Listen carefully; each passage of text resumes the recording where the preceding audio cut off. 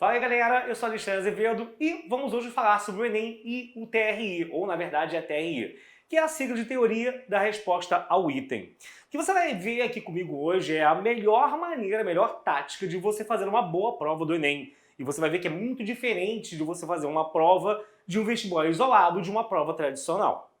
Você aqui, antes disso, passa lá no nosso site, que é o fabricad.online, e onde você vai ter um mundo de recursos para a sua aprovação. Vai ter simulados, vai ter o Tira Dúvidas, vai ter aulas que partem do básico ao avançado. Isso é um diferencial bem grande. Muitos dos nossos concorrentes priorizam ou somente o aprofundamento ou somente a parte mais básica, sem juntar o melhor dos dois mundos. Aqui você realmente vai criar o caminho que você precisa até a sua vitória para conseguir, finalmente, a sua tão sonhada vaga. Mas antes disso, você tem que passar pelo Enem. E aí, como que você faz uma melhor prova nesse dia? Primeiro, que no dia o seu psicológico já vai estar bem carregado. Pressão interna, pressão externa, nervosismo. E a prova é uma prova de realmente velocidade. É uma prova em que você vai ter um certo cansaço. Então você tem que saber a melhor forma de escolher as questões em que você vai atacar, que você vai fazer no dia. Ah, eu saio fazendo a prova na ordem que eu encontro as questões. Isso é a pior tática possível. Muitos professores que não conhecem o Enem, que não sabem nada sobre como funciona a prova do Enem, nunca ouviram falar do TRI ou não sabem explicar o que é, vão falar isso pra você. Cara, olha só. Numa prova da FUVEST, numa prova da UERJ, se eu acerto 30 questões, fulano acerta 32 e não sei quem acerta 28, quem acertou 32 foi melhor do que eu fui melhor do que a pessoa que acertou 28 e ponto final. Agora, numa prova do Enem, fatalmente, não é muito bem assim. Na verdade, assim, muito comumente, pode ser que a pessoa que tenha tirado 28 acertos tenha no final a pontuação bem maior se bobear do que a minha. Não é levemente maior não, se bobear bem maior. Por quê? No Enem, você sempre tem que o TRI, uma das características dele, eu falo TRI, mas na verdade é a TRI, né, galera? Que é a Teoria da Resposta ao Item, não, feminino. Então, a TRI sempre prioriza que você tenha um desempenho. Eu vou falar de uma forma assim bem leiga, o mais leiga possível, mais coloquial possível, sem jargões técnicos, tá? Para que você entenda realmente como funciona. Então, assim, você tem que priorizar ficar ali, primeiramente, igual a todo mundo. Ou seja, ele vê mais ou menos dentro de uma margem de erro para cima e para baixo, o quanto o seu desempenho na prova foi parecido com o dos demais concorrentes. Isso na prática significa o quê? Se você acertou demais questões que ninguém acertou e errou questões que a maioria acertou, isso é o pior parâmetro possível. Então, por exemplo, o cara que ele é, às vezes, especialista em matéria, que ele vai para a prova contando só com um grupo de matérias, caem aquelas matérias dificílimas que ele gosta e as mais fáceis, de repente, ele não tem saco. Às vezes o cara não imita fazendo prova do Enem. O cara vai querer que as questões sejam mais aprofundadas e a mais técnica possível. Ele odeia a questão contextualizada, que ele tem que ler, que ele tem que interpretar, e isso é o que mais tem no Enem, não é verdade? Então, esse tipo de questão, esse tipo de aluno, perdão, é o aluno que não vai ter uma boa nota no Enem e na hora do SISU vai levar bomba. Porque o cara não adotou uma estratégia de prova. E a estratégia é, você, primeiro, tem que priorizar sempre, sempre, em primeiríssimo lugar, acertar as questões mais fáceis. Gente, claro, o que são as questões mais fáceis? Vamos conversar sobre isso, mas você no Enem não adianta acertar uma questão de números complexos, acertar uma questão de polinômios, acertar uma questão de assuntos bizarros e naquelas linhas que tem só uma regra de 3, que no final é só uma soma, só uma multiplicação, você errar e todo mundo ter acertado aquilo. A sua nota vai para o buraco, tá? E outra coisa, conversa aqui, né? Na verdade, eu dei esse exemplo, mas só para te cutucar em casa, que eu sei que isso já incomodou alguns, eu vou responder. Polinômios complexos e outras matérias, tipo binômio de Newton, na prova do Enem, meu amigo, isso aí eu te desafio a achar alguma questão com isso, tá no programa, mas na hora mesmo, contando Enem, prova prisional, Libras, eu nunca vi nenhuma questão sobre isso. Isso é outra coisa que eu vejo muitas pessoas falhando. O cara não conhece a prova, ele não sabe que tem assuntos que até hoje nunca foram cobrados. Então, probabilisticamente, a chance deles caírem é muito baixa. As pessoas nos cursos não estão estudando aquilo. que são assuntos que são complexos, são assuntos que a maioria das pessoas acha chatos e acaba que o pessoal não estuda aquilo e vai para as questões realmente mais, digamos que acessíveis, e aí chega você, não, eu gosto de complexo, quer acertar aquele treco. Mais uma vez, te digo, a sua nota vai para o espaço. E o pior parâmetro é combinar isso com errar uma questão de regra de 3, tá? O que ele quer primeiro é ver o seguinte: você, dentre as questões que você acertou, a maioria é de questões que os outros alunos também acertaram? Pô, então isso é uma boa situação. Se a partir daí você teve acertos em outras questões de nível mais alto, beleza. Agora, você acertou 30 questões, eu acertei 30, mas as minhas 30 são aquelas que a maioria das pessoas acertou. E as tuas 30 tá o samba do prego doido. Você tem 15 questões lá fáceis, tem umas 10 que uns candangos acertaram, outros não, tem outras lá que a maioria errou, já não tá legal. Mas você fala, pô, mas como é que eu vou saber isso? Porque não tem uma atribuição, já quando eu sento a bunda para fazer na cadeira para fazer a prova lá no dia, de saber o que é fácil e o que é difícil. Isso o INEP, quando bota as questões, não tem isso pré-determinado. De repente, ele bota uma questão de polinômios e existe um surto Einstein lá na galera que todo mundo acerta e aquilo passa a ser uma questão que é teoricamente fácil. O fácil e difícil também é um jargão mal utilizado, que eu também estou usando, mas é mal utilizado. É ver o que todo mundo acertou, se você também acertou, e não ficar priorizando acertar o que todo mundo errou. É isso. Então, se cai uma questão bizarra, mas todo mundo, sei lá, por que acerta, você tem que acertar também. E se cai uma questão que teoricamente é ridícula, mas todo mundo erra, e você também errou, não tem tanto problema, tá? A ideia é você estar de acordo com o restante da galera e depois daí pra cima, com as outras questões você vai se diferenciando.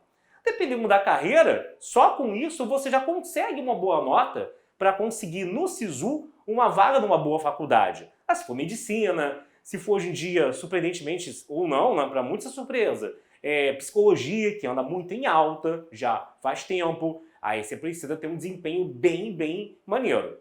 E aí, gente, é claro, você vai falar assim, pô, mas como é que eu vou saber o que é fácil e o que é difícil? Simulado, contato com os demais alunos. É claro que tem aquelas questões que na hora não tem como você saber, né? Mas tem umas, cara, que você sabe que eu, você, os seus colegas sempre acertam em simulado, sempre estudam aquilo para simulado, sempre no desespero de última hora vão falar, eu vou estudar só isso aqui, vou rezar para cair só isso aqui. Porque são assuntos fáceis, assuntos acessíveis, assuntos facilmente contextualizáveis. Não se esqueça de que a prova do Enem vai colocar um pretexto lá, contextualizando, contando uma historinha. Então, coisas mais técnicas, esses assuntos malucos, por exemplo, de matemática que eu falei, que são muito específicos da engenharia, fica mais difícil você contextualizar em matemática. Em física, nem tanto.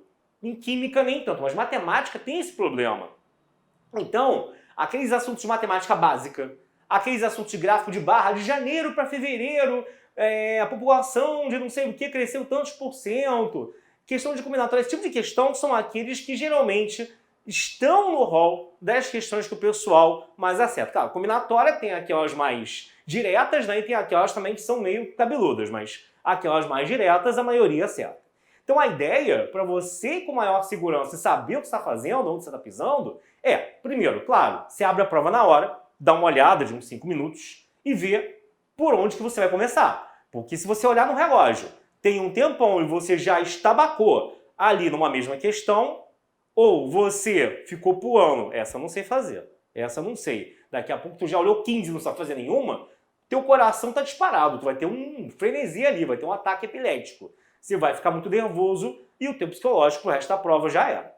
O ideal é você olhar a prova como um todo e aí você seleciona ali dentro o que é mais adequado para que você comece e tenha até mesmo aquela segurança, aquele upgrade moral para começar a prova, ok? E para saber realmente quais são as questões que são consideradas pela galera as mais fáceis, que isso é muito relativo, né? Às vezes o cara é todo do contra e para ele o que é fácil para os outros é difícil e vice-versa. Simulados, gente, por simulados, por contato com os demais candidatos, você consegue ter uma melhor noção disso, ok? Essa é a melhor maneira de você fazer isso, tá bom? Então, você tem que estar por dentro disso e traçar uma boa tática também de tempo. É claro que o pessoal fica falando, são 3 minutos por questão. Isso é uma média, gente. Tem questão que você vai levar menos de 1 minuto, aí olhou, marcou, e tem questão que leva mais. Claro que você não pode exagerar nesse a mais, mas isso é uma média também. Não vai ficar que nem um doente, 3 minutos, 3 minutos. Não deu tempo, pula para outra. Também não é assim. Então daqui a pouco você não faz nada, tá? E lembre-se que você focando primeiro nessas questões que são aquelas que a torcida geral acaba acertando, você com certeza ele tem uma nota de mediana para cima,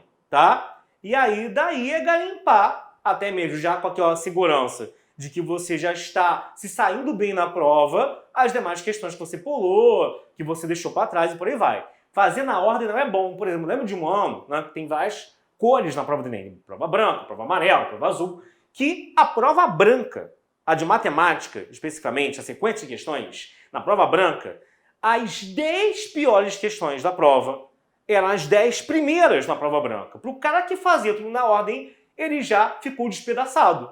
Porque ele já ficou totalmente inseguro, ele já tomou um baque de cara. Porque não olhou o resto da prova, viu que o resto da prova não era daquele nível, eram só aquelas primeiras, mas ele deu azar de pegar a cor em que as primeiras eram horríveis, tá?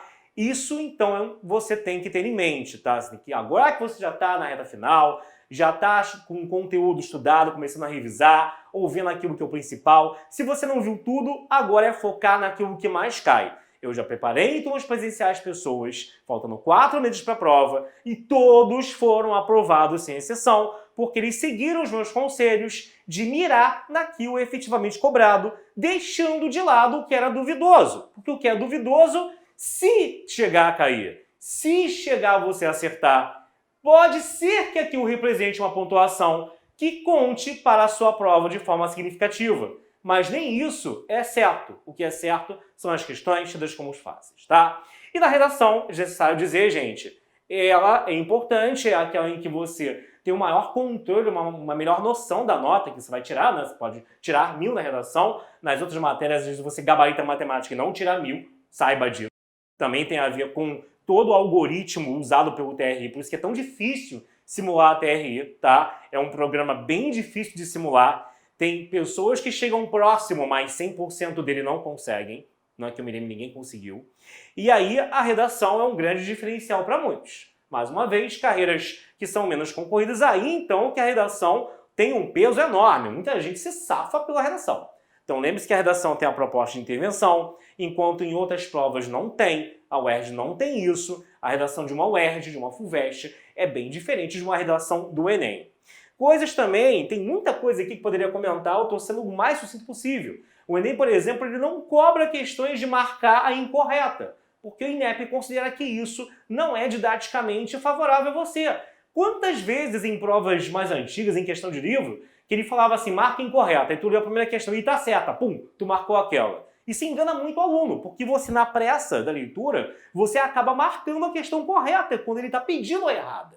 Então isso não mede nada. Pelo menos na opinião deles. Há controvérsias, tá? Mas questão do Enem não tem isso, porque eu já vi simulado em que tinha questão pedido para marcar incorreta. É porque tem equipes de professores despreparadas, infelizmente, fazendo simulados Enem para os seus alunos sem saber absolutamente nada disso que eu estou te dando aqui, tá? Então, isso aqui é o filé, é o néctar do que você precisa saber para uma boa prova. O resto é continuar estudando com foco naquilo que cai. Procura frisar, realmente, focar nas matérias mais cobradas. Tem prova que o pessoal fica perguntando, o que mais cai?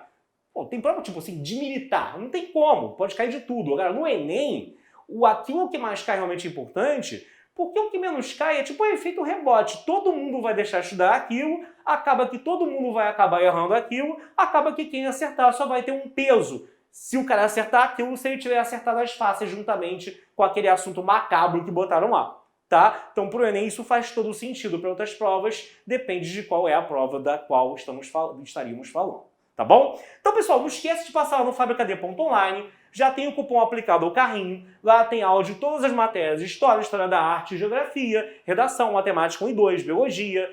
No pacote para medicina, além de biologia, física, matemática e química normais, tem as matérias mais que são para aprofundar, pegar nota de rodapé, pegar aula de exercícios mais básicos, que são de assuntos assim, aqueles mais cobrados que precisam de mais questão para você não ter a menor chance de errar nada daquilo, assuntos que não caem tanto, mas que o pessoal de medicina precisa ver aquilo. Sabe aquela pergunta, aquela nota de rodapé que você sempre pergunta e às vezes ninguém sabe responder? Lá tem esses assuntos, tem aula sobre eles, tem tudo, tá? Se você quer apenas o Enem, tem o plano Enem UERJ, em que a gente realmente foca no Enem na UERJ. Saiba que, para muitas matérias, o Enem e o UERJ, a única diferença é o tipo de enunciado. O da UERJ mais direto, do Enem mais conteudista e lá botando todo aquele textinho de enrolation que ele coloca. Tem também as obras que são cobradas na UERJ, as quais nós discutimos no nosso plano. O modelo de redação de correção, tanto o Enem quanto o UERJ são abordados, ou seja, as diferenças que realmente existem entre uma coisa e outra são indicadas e estão presentes nesse plano, tá bom? Então você que é do Rio, por exemplo, que geralmente faz Enem e UERJ, terá nesse plano, ou no de medicina, que é tudo que eu falei, mais as matérias master, a melhor preparação possível, tá bom? Ficamos por aqui, uma ótima noite, manhã, tarde de estudos, um beijo, valeu, tchau, tchau, galera!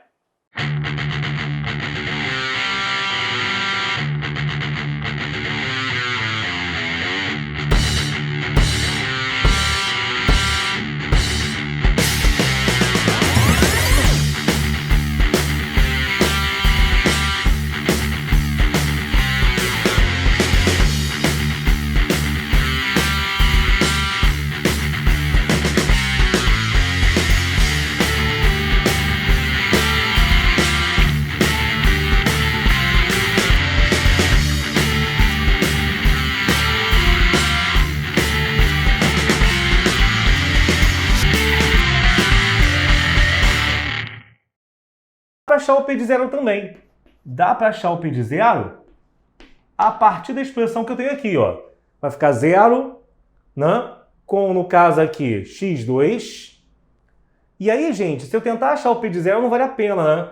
Vai dar 0x1, aí vai ficar 1x2, vai ficar 4x3, e daí eu não vou chegar a valor nenhum, tá? Na verdade, se eu tivesse em busca do P de zero, pode ser que por aqui eu encontrasse pelas diferenças agora. Mas usá-lo para chegar ao que eu quero não dá. Aliás, o que é que eu quero, né? Essa expressão em amarelo começa com 4 ao quadrado e ela segue depois sempre os quadrados dos consecutivos. Ela é exatamente a lei de formação que eu botei aqui. Como ela é exatamente a lei de formação que eu coloquei aqui, ó, a gente pode dizer que a pergunta da questão, a pergunta do enunciado, é justamente encontrar o P do 4. Essa que é a ideia que está aqui. Justamente é isso que eu vou buscar agora.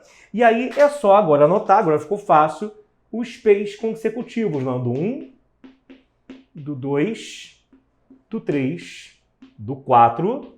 E aí a ideia é anotar um embaixo do outro e sair fazendo as diferenças. Primeira diferença, 12 menos 1, 11. 123 menos 12, 111. Segunda diferença, 111 menos 11 dá 100. Quando chegar aqui, agora vamos voltando, porque teria um valor aqui, cuja diferença vai dar 1 que vai dar aqui, e esse com esse vai dar 1 que vai estar aqui. Porém, se a expressão do segundo grau, eu só preciso de uma, duas diferenças para que isso já se torne constante. Aqui todo mundo nessa linha, então, tem que estar dando 100. O que significa, ó, que 111 mais 100, aqui vai dar 211.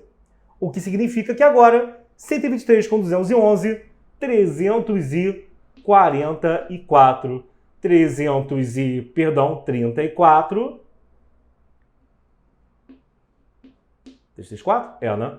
Legal é chegar aqui e errar um negócio besta agora. Isso, tá? É justamente o valor que estávamos em busca. Beleza, galera? É isso, tá? É só isso mesmo. Tu já achou a parada? Essa expressão medonha. Isso daqui deu 374 e acabou? É, simples assim, ok? E é isso que você vai aprender na nossa plataforma no Fabricadê. Tá vendo que você vai partir de coisas básicas e vai chegar até coisas desse nível, o que poderia perfeitamente cair na sua prova, inclusive objetiva do INE ou na prova lá do ITA, lá em meio às várias questões. E é assim que você faz um negócio desse rápido. Imagina você se matando de fazer conta para combinando linearmente aqui as equações, chegar à exposição que ele pediu, tá? Ia ser um trabalho realmente que pode ser até que numa ou noutra você consiga fazer mais rapidamente, mas você não tem a receita de bolo e aí é sempre cada dia uma aventura, cada questão um desafio diferente. Você não pode se dar o luxo de ficar fazendo isso tendo uma coisa pronta para você fazer, tá bom? Então você da frente então, dá o print aí, galera, vê se tá tudo bem e não se esquece, passa a nossa plataforma, que é o fabricad.online, vai ao nosso Instagram, que é o Plataforma Fabricad, @plataformafabricad Demudo, e você terá à disposição a melhor plataforma para IME, ITA e Medicina, com aula de todas as matérias de literatura, português, matemática, física, química, redação, tudo que você tem direito. A minha equipe está pronta para te levar, pegar na sua mãozinha e te levar até a vitória do jeito que você merece, ok? Grupo de Telegram, tira dúvidas, tudo já está incluído nos planos que estão na nossa home. Vai lá, dá uma olhadinha e não esquece, cupom MILITARES para 10% de desconto. Você não tem desculpa, não tem mais por que ficar de mimimi para você agora finalmente ser aprovado. Se é que você quer ser aprovado, você quer mesmo? Então vem com a gente que a gente vai te tornar mais um vencedor, tá bom? Um beijo, valeu, tchau, tchau. A Fabricad é a sua mais nova opção de cursos de alta performance. Estude conosco para SpaceX, AFA ou até mesmo IME e ITA. Se você não tem base, não tem problema. Nós vamos do básico ao avançado, sempre pensando em você. Quer aprender? Vem para o Fabricad.